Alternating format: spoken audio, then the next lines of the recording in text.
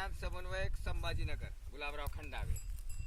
आज आपल्याकडे जळगाव जिल्हा आणि जामनेर तालुका आणि गाव सोनाळा गाव सोनाळा म्हणजे जामनेर तालुक्यामधला सोनाळा आणि सर्व पाणी फाउंडेशनचे शेतकरी आहे। पाणी फाउंडेशन मध्ये प्रशिक्षण घेतलेले आहे, पाणी फाउंडेशन मध्ये कार्यरत आहे आणि पाणी फाउंडेशन मोठी संस्था आहे।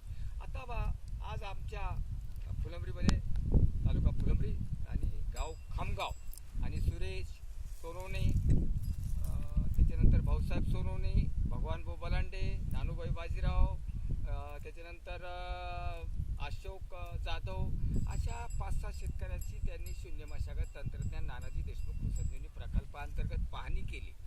परंतु काही गोष्टी प्रशिक्षणात सुद्धा मिळतात। प्रत्यक्ष पाहणी झाली, आता एक प्रशिक्षण म्हणून या नात्यानं मी त्यांच्या समोर उभा आहे आणि प्रशिक्षण घेत असताना अनेक प्रश्नाचा बडीशाव झाला। मग या इथं उहापोह होणार आहे आणि त्या प्रश्नाची उत्तरं दिली जाणार आहे। आता शून्य मशागत तंत्रज्ञान 2020 पासून प्रारंभ मौजे खामगाव तालुका फुलंब्री येथे झाला आणि हा प्रारंभ नानाजी देशमुख संजीवनी प्रकल्प मुंबई यांच्या माध्यमामधून झाला आणि हा प्रकल्पामधून शेतकऱ्यांची शेतीशाळा नानाजी देशमुख संजीवनी प्रकल्पांतर्गत शेतकऱ्यांच्या शेतीशाळेमध्ये असे प्रशिक्षण दिले आणि प्रशिक्षण देऊन शून्य मशागत तंत्रज्ञान काय आणि आज शेतकऱ्याला किती आधार मिळतो आणि शून्य मशागत तंत्रज्ञान मध्ये भूमाता सशक्त कशी होते यामधून प्रशिक्षण देऊन आम्ही डेमॉन्स्ट्रेशन किंवा प्रात्यक्षिक चालू केले आणि प्रथम सुरेश भाऊ सोनवणे, भाऊसाहेब सोनवणे आणि भगवान काशीनाथ बलांडे यांच्याकडून हे प्रशिक्षण चालू झालं आणि प्रयोग टाकले आम्ही आणि 2020 ला पहिला कापूस टाकला। बेड पाडणी झाली। बेडची तुम्हाला लांबी रुंदी मी मगाशी सांगितली की 4.5 फुटाचे बेड पाडायचे आणि 6 ते 9 इंचाचे हे करायचे, आपल्याला उंचीचे ठेवायचे। कोणी 6 इंच ठेवतं, कोणी 9 इंच ठेवतं, काही हरकत नाही, पण तशा प्रकारचे बेडची पाहणी सुद्धा ठेवली। मग आपल्याला हे बेड पाडून झाले की पुन्हा नाही नांगरणी, पुन्हा नाही निंदणी, पुन्हा नाही खुरपणी, पुन्हा जायचं नाही। आणि तणांचं काय करायचं साहेब, गवताचं काय करायचं आम्हाला समजून सांगा। तर गवत हे शिफारशी प्रमाणात म्हणजे जे काय शिफारस आहे, पिकांच्या शिफारस झालेल्या आहे। जर समजा एखादा कापूस असेल, तुमच्या भागात काही कापूस आहे, मग कापूस जर असेल तर तिथं उगवणीपूर्व पेंडीमिथिलीन नावाचं आहे, म्हणजे उगवणीपूर्व आज कापूस लावला बेडवर, लागलीच 48 तासाच्या आत पेंडीमिथिलीन नावाचं डोस बाजारात येतं, स्टॅम्प नावाने येतं, बरोबर सांगितलं, ते मारायचं आपल्याला फक्त 48 तासाच्या आत आणि मारून घ्यायचंय आणि मोकळं व्हायचंय। 1.25 ते 1.5 महिना परत गवत येत नाही, साधारण 1 महिना परत गवत आणि उलट पावली चालायचं, मागे पुढे न चालता मागे चालायचं। अशा पद्धतीचे हे सगळे प्रयोग आहे।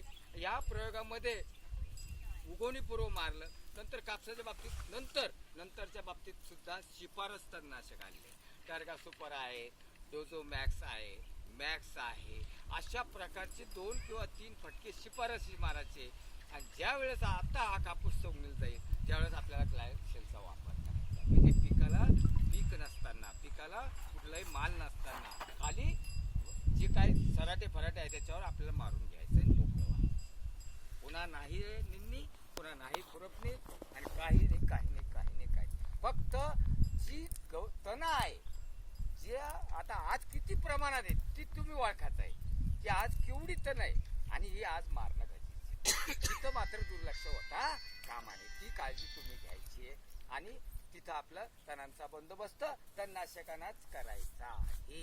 हे झालं कापसाच्या बाबतीत। मकाच्या बाबतीत तुम्हीच म्हणले की टिंजर फार महत्वाचं आहे साहेब, मग टिंजरला फार महत्वाचं आहे। टिंजर मकासाठी आपण 18 ड्रॉप मारतो, लागवड झाल्या लागवड झाले 48 तास झाले ते 18 ड्रॉप नावाचं औषध तिथं ते मारू आणि पुन्हा महिन्याना 1.5 महिन्याना चांगलं गवत येऊन द्यायचंय आणि मग टिंजरमध्ये ते सगळं कालवण्याचं द्रावण तयार करायचं। टिंजर 5 टाक्याचं आहे, टिंजर 10 टाक्याचं आहे, ते सुद्धा तुम्हाला माहिती आहे आणि टिंजर हे बाजारचं नाव आहे आणि हे सुद्धा एक चांगलं तणनाशक त्या पिकाचं आहे।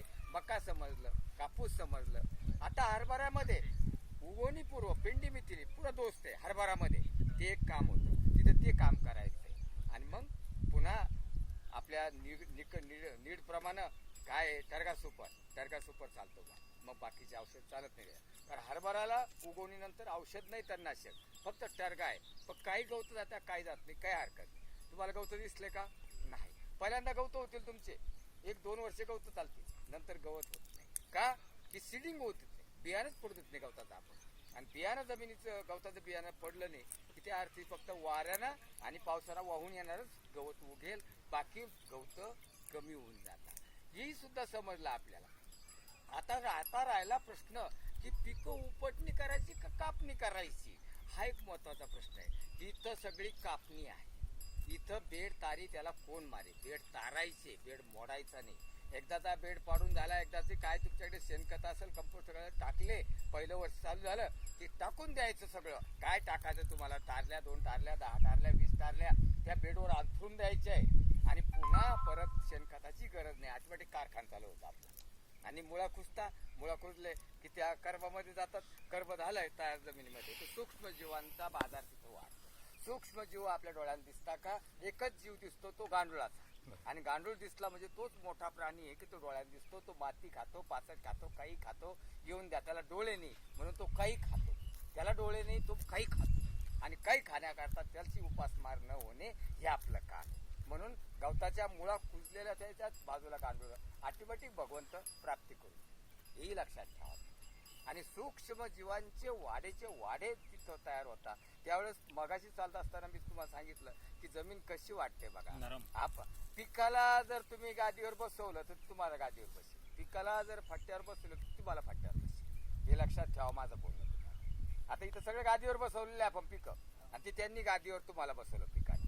आणि त्या गादीच्या खाली सगळे सूक्ष्म जीव आहे. आणि ज्या शेतामध्ये सूक्ष्म जीव, तिथं सृष्टी भरपूर आहे, तिथंच सगळी जमीन चांगली सुपीक तयार होते. आता याच्यामध्ये काही शंका आहे का? रासायनिक खत